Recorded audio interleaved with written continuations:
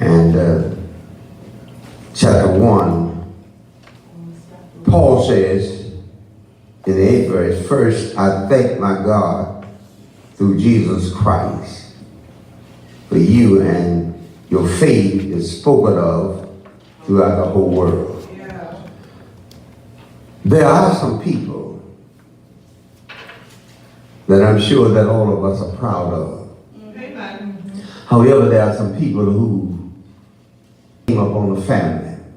Yes, sir. Yes, sir. Their behavior, their talking, their conduct brings shame. Yes, it does, Pastor.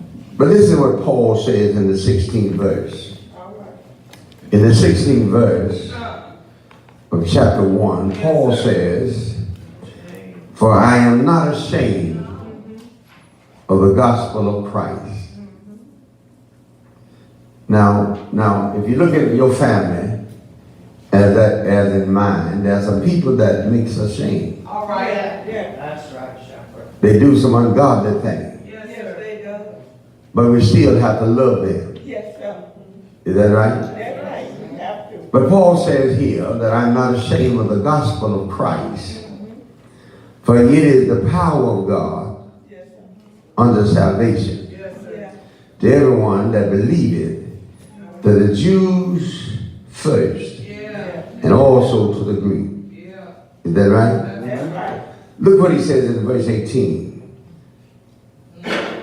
"For the wrath of God," and right on the board, "the wrath of God is revealed from heaven Yeah.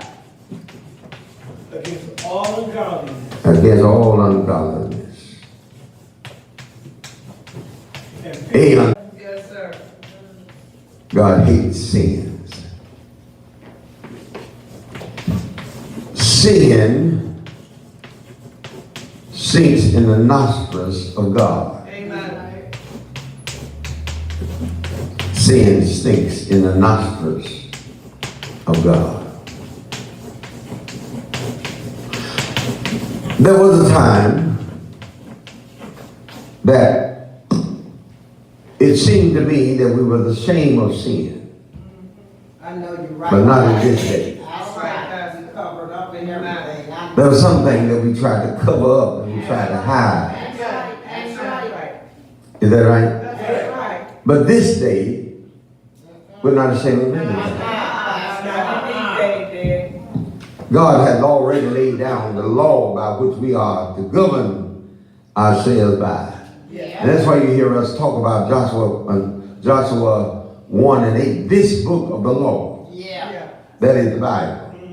Should not be powerful. This book of the law shall not depart out of thy mouth. That's right. But what?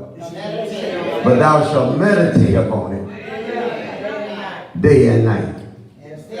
The old folks used to say, I woke up this morning with my mind stayed on Jesus.